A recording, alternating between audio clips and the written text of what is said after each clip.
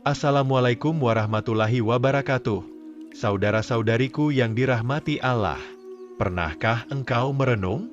Mengapa terkadang Allah menguji kita justru melalui orang yang paling kita percayai? Mengapa sebuah ucapan, sebuah pandangan, atau sebuah penggabaian dari orang terdekat mampu melukai hati kita begitu dalam? Padahal, di sanalah tempat kita paling mengharapkan cinta. Di sanalah kita meyakini akan menemukan ketenangan. Namun, kehidupan terkadang mengajari kita dengan cara mengguncang kalbu. Tidak setiap wajah itu tulus. Tidak setiap hubungan kekerabatan membawa rahmat. Dan tidak setiap meja makan menyajikan keberkahan. Setiap kata yang akan terucap di sini mungkin akan menyentuh luka yang pernah kau alami. Mungkin akan menyuarakan jeritan yang telah lama kau bungkam di dalam hati. Namun, ingatlah, ini bukan sekadar sebuah cerita. Ini adalah sebuah pengingat, sebuah peringatan, dan sebuah doa untuk melindungi hatimu. Sekarang, aku memohon kepadamu, bukalah hatimu. Sebab, apa yang akan kau dengar sesaat lagi bisa jadi akan melindungimu dari rumah-rumah tertentu, dari orang-orang tertentu, dan dari jebakan-jebakan tertentu. Wahai saudaraku yang mulia, kini aku memintamu melakukan sesuatu. Tolong jangan bungkam suara hatimu. Sebab, beberapa kebenaran akan melukai batin kita terlebih dahulu, sebelum akhirnya membangkitkan kembali ruh kita. Allah berfirman dalam Al-Quran, "Wahai orang-orang yang beriman, bertakwalah kamu kepada Allah dan ucapkanlah perkataan yang benar. Niscaya Allah akan memperbaiki amal-amalmu dan mengampuni dosa-dosamu." Ayat ini tidak hanya mengingatkan kita untuk menjaga lisan, tetapi juga untuk memperhatikan lingkungan tempat kita berada. Karena terkadang, perkataan yang benar pun, jika diucapkan di lingkungan yang salah, justru akan mendatangkan mudarat. Dan rumah yang akan kuceritakan ini adalah pusat dari kemudaratan itu. Di rumah kerabat yang gemar bergosip dan menyebar fitnah, engkau tidak hanya sekadar duduk di sana. Di sana, duniamu, batinmu, turut menjadi sandera. Engkau mengira itu adalah ketulusan, padahal setiap topik yang dibuka adalah bahan untuk menjadi fitnah yang berpusat padamu. Setiap detail, setiap pandangan, setiap kata, akan dibentuk kembali di lingkungan lain untuk menyudutkanmu. Coba bayangkan, setelah meninggalkan sebuah tempat yang kau kira hanya sejenak untuk minum kopi, engkau pulang dan mencoba memahami mengapa hidupmu perlahan-lahan menjadi berantakan. Ada sesuatu yang salah, tetapi engkau tidak tahu apa penyebabnya. Padahal, yang merusak hatimu, yang membebani pikiranmu, yang menghancurkan hubunganmu dengan orang lain, adalah kata-kata yang diucapkan di belakangmu.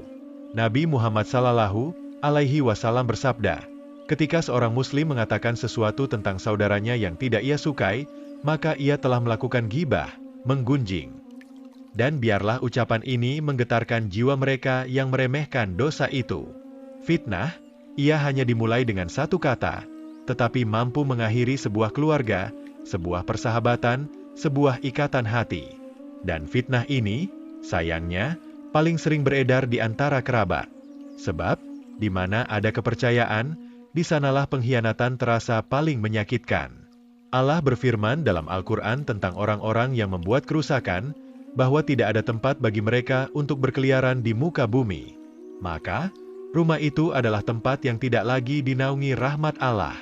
Siapapun yang memasukinya tidak hanya terluka secara fisik, tetapi juga hatinya. Renungkanlah sejenak, seseorang yang kau ceritakan rahasiamu, yang tertawa bersamamu, bisa jadi keesokan harinya terus menyebarkan cerita tentangmu. Dan jika engkau masih berkata, tapi dia kerabatku, ingatlah bahwa saudara-saudara Nabi Yusuf alaihissalam adalah orang-orang terdekatnya. Namun, merekalah yang merobek bajunya, merekalah yang melemparkannya ke dalam sumur, dan Rabb kita melindunginya, mengeluarkannya, memuliakannya.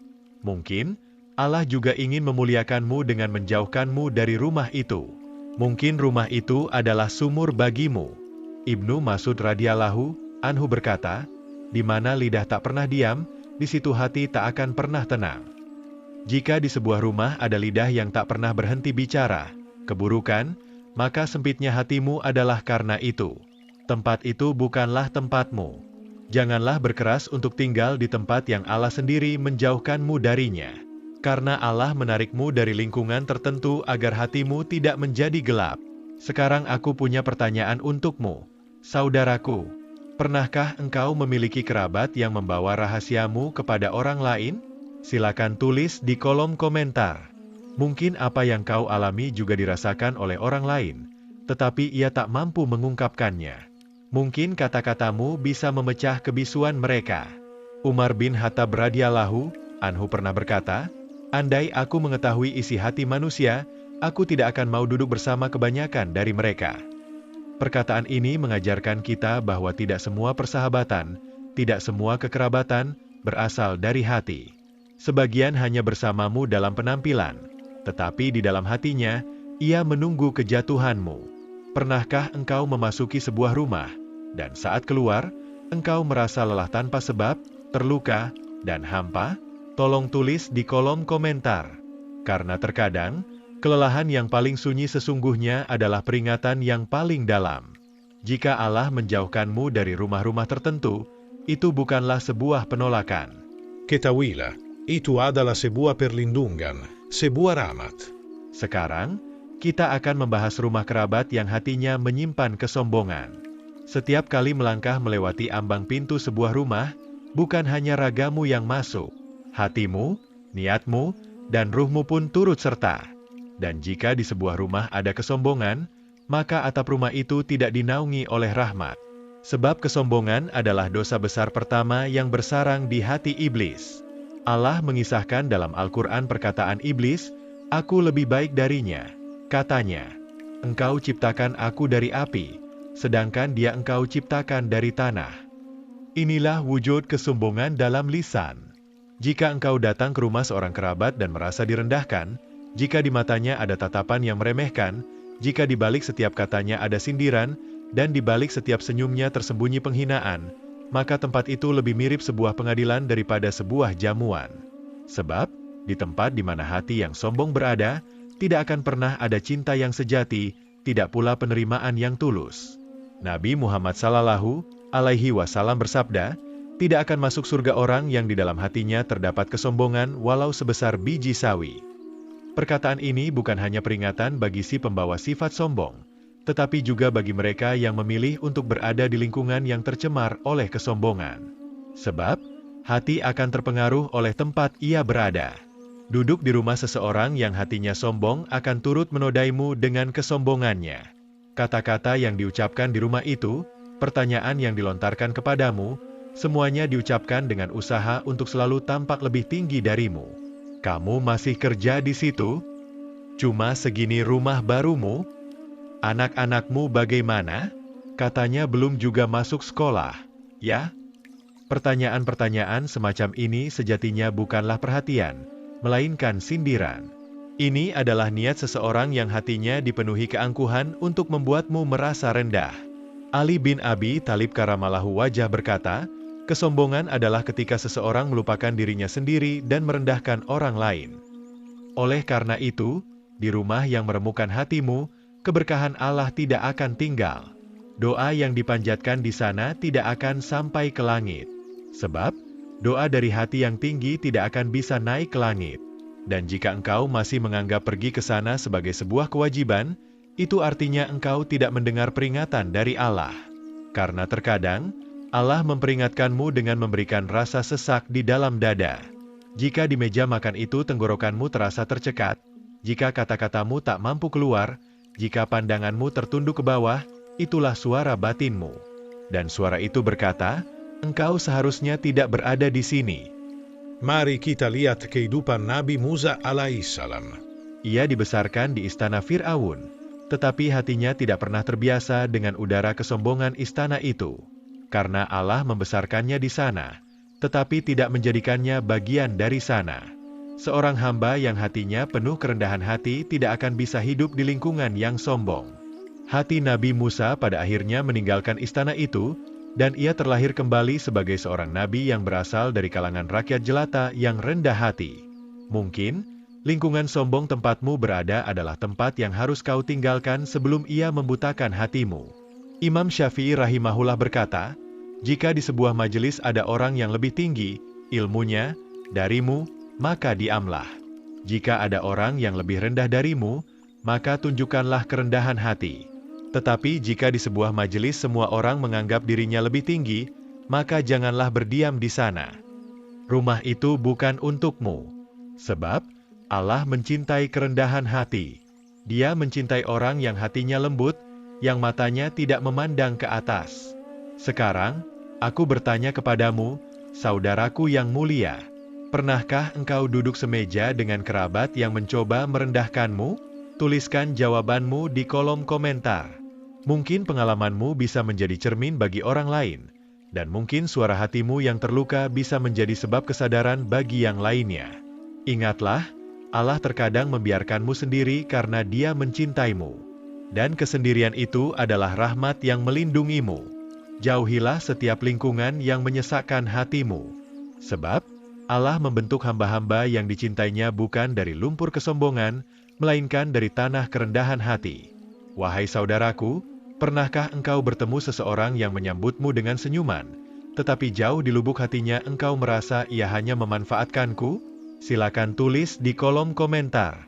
Karena terkadang, luka yang paling dalam tersembunyi di antara kata-kata yang paling manis. Makanannya tidak akan mengenyangkan perutmu, melainkan menguras batinmu. Karena di meja makan itu, yang dihargai bukanlah dirimu, melainkan apa yang bisa diambil darimu. Engkau hanya menjadi sebuah cerita sementara. Begitu engkau pergi, kalimat-kalimat baru mulai dirangkai di belakangmu. Itulah sebabnya Allah ingin kita menjauhi orang-orang tertentu, terutama para penyebar fitnah. Karena fitnah tidak hanya berhenti di antara dua orang. Ia merusak keluarga, menghancurkan persaudaraan, bahkan menabur benih kebencian di antara generasi. Pergi ke rumah kerabat yang gemar bergosip sama seperti berjalan menuju api tanpa kau sadari. Terkadang, menjaga jarak bukanlah sebuah sikap tidak hormat, melainkan sebuah bentuk perlindungan yang Allah tunjukkan. Ingatlah, ketika Allah ingin melindungimu, Dia akan menarikmu mundur dari meja-meja makan tertentu. Tempat yang tidak kau datangi terkadang adalah perisai yang Allah siapkan untukmu. Sekarang, mari kita buka pintu rumah yang lain. Rumah seorang kerabat yang hatinya menyimpan kebencian tersembunyi dan menginginkan keburukanmu. Setiap kali engkau masuk melalui pintu rumah ini, engkau secara perlahan-lahan terkuras. Engkau tidak langsung menyadarinya, karena seolah tidak ada bahaya yang datang secara langsung. Tetapi perasaan muram yang menyelimutimu, kelelahan yang tak bisa kau jelaskan, dan kedamaian yang hilang, jawabannya sesungguhnya ada di sana. Di rumah itu, tidak ada doa yang dipanjatkan untukmu. Sebaliknya, keia tua mula yang dinantikan. Engkau diawasi dalam diam. Setiap keberhasilanmu menjadi bahan bakar kecemburuan. Setiap senyuman bukanlah ucapan selamat yang tulus, melainkan sebuah interogasi yang mengamatimu. Allah berfirman dalam Al-Quran, dalam hati mereka ada penyakit, lalu Allah menambah penyakitnya itu. Penyakit ini bukan hanya penyakit fisik. Azad, dendam, iriati, dan che ben canada la penyakit ruani yang menjerogoti ati dan menjalar ke dalam kata-kata, doa, dan pandangan mata. Kehadiranmu mengingatkannya akan kekurangannya. Ketenanganmu membangkitkan kegelapan di dalam dirinya. Dan di lingkungan seperti itu, setiap doa buruk yang tersembunyi akan melilit ruhmu seperti rantai. Sebab, doa buruk adalah energi yang tak terlihat. Apalagi jika datang dari seorang kerabat, ia akan semakin kuat karena ikatan darah. Itulah sebabnya Allah memberikan peringatan keras kepada mereka yang merusak tali kekerabatan. Doa buruk itu akan bergema. Sebuah perang tak kasat mata dimulai, dan setiap kali engkau datang, engkau akan semakin terluka. Rumah ini bukan lagi sebuah tempat bernaung, melainkan medan perang yang melelahkan jiwamu. Itulah sebabnya Allah tidak ingin engkau melangkahkan kaki ke rumah-rumah tertentu. Ini bukan sekadar nasihat. Ini adalah perlindungan yang nyata. Nabi Muhammad SAW bersabda, janganlah kalian saling membenci, janganlah kalian saling membelakangi. Jadilah kalian, wahai hamba-hamba Allah, bersaudara. Lalu, bagaimana engkau bisa menjaga persaudaraan dengan orang yang diam-diam membencimu? Bertamu ke rumah orang yang hatinya menyimpan dendam kepadamu berarti mengambil bagian dari kebenciannya. Doa yang dipanjatkan di rumah itu tidak akan membawakanmu rahmat, melainkan duka. Sebab, Allah hanya menurunkan rahmatnya kepada mereka yang berniat bersih.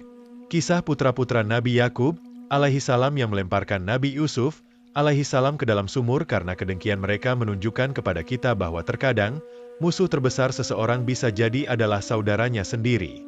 Dan Allah mengeluarkan Yusuf dari sumur itu. Tetapi mereka yang melemparkannya tidak bisa lari dari keadilan Allah. Mungkin, sumurmu adalah rumah kerabatmu itu. Sekarang, mari kita intip pintu kejahatan yang lebih tersembunyi. Rumah seorang kerabat yang mencoba mencelakaimu dengan ain, penyakit mata karena hasad, sihir, atau cara-cara gaib lainnya. Tidak semua hal bisa dilihat oleh mata. Sebagian bahaya datang dalam senyap. Suatu pagi, tanpa sebab yang jelas, hatimu terasa sesak, wajahmu tampak pucat, dan ada kegelisahan yang tak bisa kau jelaskan. Malam-malammu gelisah, dan pagimu tak lagi disambut dengan kedamaian. Engkau tidak mengerti apa yang terjadi, tetapi hatimu berbicara kepadamu, ada sesuatu yang salah di sana. Dalam Al-Quran, Allah berfirman, dan dari kejahatan orang yang dengki apabila ia dengki. Ayat ini menunjukkan kepada kita bahwa niat terkadang lebih berat daripada sihir. Untuk mencelakaimu, sihir tidaklah selalu diperlukan. Setiap pandangan yang dilemparkan dengan rasa iri, setiap doa buruk yang diucapkan dalam hati, membawa energi negatif. Terutama jika kejahatan ini datang dari seorang kerabat, dampaknya akan lebih dalam. Karena luka yang datang dari tempat engkau mengharapkan cinta akan membuatmu lebih rentan. Jika ada kerabat yang mengamati hidupmu di media sosial, yang tidak pernah dengan tulus mengucapkan, Masya Allah, atas kebahagiaanmu, tetapi justru hatinya bergejolak bertanya, mengapa dia, mengapa bukan aku? Itulah pandangan mata yang bisa menembus hingga ke dalam rumahmu. Imam Al-Ghazali berkata, niat adalah ruh dari amal. Setiap perbuatan yang dilakukan dengan niat buruk adalah pelayanan kepada iblis. Bedanya dengan sihir tidaklah jauh. Ia mungkin memberimu hadiah, bertatap muka denganmu, tampak seperti sahabat, tetapi hatinya dipenuhi perhitungan lain, dan kedamaian batinmu hilang karena ini. Engkau bukan hanya lelah, hatimu terasa sesak. Sebab, tempat itu bukan lagi rumah yang dinaungi rahmat Allah, melainkan telah menjadi sarang niat-niat yang kelam. Sekarang aku bertanya kepadamu, saudaraku, pernahkah engkau merasa seseorang memandang hidupmu dengan penuh amarah, tanpa sekalipun mengucapkan, Masya Allah? Tulis di kolom komentar. Mungkin ceritamu bisa membuka mata saudara kita yang lain. Mungkin kejahatan yang telah kau sadari adalah kegelapan yang masih dialami oleh orang lain. Dan yang terakhir, rumah kerabat yang memanfaatkanku demi harta, warisan, atau kepentingan pribadi. Di rumah ini, tidak ada persaudaraan. Yang ada hanyalah perhitungan. Orang yang memanggilmu, saudaraku tersayang, sesungguhnya melihatmu sebagai alat. Di balik obrolannya, perhatiannya, dan undangannya, tersembunyi agenda rahasia. Ia menjadikan niat baikmu, kerja kerasmu, dan hatimu yang bersih sebagai modal untuk dirinya sendiri. Allah berfirman dalam Al-Quran, dan janganlah kamu makan harta di antara kamu dengan jalan yang batil. Ayat ini bukan hanya tentang mencuri, tetapi juga tentang segala bentuk ketidakadilan yang dilakukan dengan mengeksploitasi perasaan. Setiap kata yang diucapkan di rumah seperti itu adalah kepalsuan yang hampa. Di rumah itu tidak ada kedekatan, yang ada strategi. Tidak ada ketulusan, yang ada kepentingan. Saat engkau mencari persaudaraan di sana, mereka sibuk mencari keuntungan darimu. Itulah sebabnya Allah menarikmu keluar dari rumah-rumah tertentu. Penarikan itu bukanlah sebuah pengurangan, melainkan sebuah perlindungan. Luqman Al-Hakim menasihati putranya, "Wahai anakku, janganlah engkau memalingkan mukamu dari manusia, karena sombong, dan janganlah berjalan di muka bumi dengan angkuh. Sungguh, Allah tidak menyukai orang-orang yang sombong dan membanggakan diri." Nasihat ini menunjukkan bahwa setiap persahabatan yang dimainkan demi kepentingan suatu hari akan terbongkar, dan kesederhanaanmu akan menelanjangi keserakahan di dalam diri mereka. Wahai saudaraku, sekarang tariklah napas dalam-dalam. Karena di bagian terakhir ini, Aku akan membawamu dari kegelapan yang telah kau lewati menuju sebuah jendela rahmat.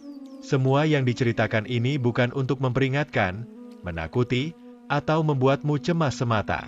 Sebaliknya, ini adalah untuk mengingatkanmu akan rahmat Allah, untuk melindungimu dari kejahatan-kejahatan yang tidak seharusnya kau pikul.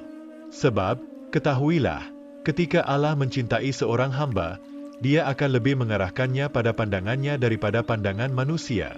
Dan itulah sebabnya Dia menjauhkanmu dari beberapa rumah, beberapa meja makan, beberapa orang. Ini bukanlah kesendirian. Ini adalah sebuah anugerah.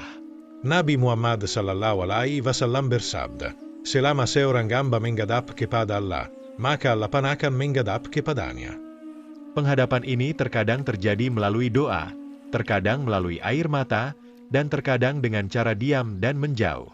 Jika Allah tidak bisa mendengar suaramu di tengah keramaian orang-orang yang menyakitimu, Dia akan menarikmu dari sana dan memanggilmu ke hadiratnya. Oleh karena itu, setiap perpisahan sesungguhnya adalah sebuah penemuan. Di balik setiap pintu yang tertutup, ada jendela rahmat yang luas. Bahkan ketika Nabi Ibrahim alaihissalam dilemparkan ke dalam api, Allah memberinya keseyukan. Tangan-tangan yang penuh permusuhan ingin membakarnya, tetapi Allah berfirman, wahai api, jadilah kamu dingin, dan penyelamat bagi Ibrahim. Jika Allah mampu membuat api menjadi sejuk, maka Dia tentu maha kuasa untuk melindungimu dari setiap lingkungan beracun yang kau masuki. Namun, ada sesuatu yang harus kau lakukan. Sadari, rasakan, dan perhatikan tanda-tanda dari Allah. Sebab Allah berfirman dalam Al-Quran, sesungguhnya pada yang demikian itu benar-benar terdapat tanda-tanda kebesaran Allah bagi kaum yang berpikir. Disinilah kita, untuk berpikir, mengambil pelajaran, dan menentukan kembali arah kita. Imam Rabbani berkata, jika Allah mengambilmu dari satu tempat dan meletakkanmu di tempat lain, janganlah menolaknya. Tempat itu bukanlah mempersiapkan kedamaian hatimu, melainkan kehancurannya.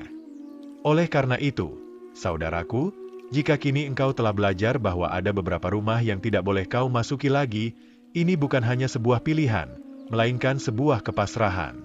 Sebuah langkah yang sunyi namun kuat dalam mempercayai Allah dan mengetahui bahwa Dia melindungimu. Sekarang engkau tahu betul, tidak semua undangan harus dihadiri. Tidak setiap hati yang tersenyum dipenuhi cinta.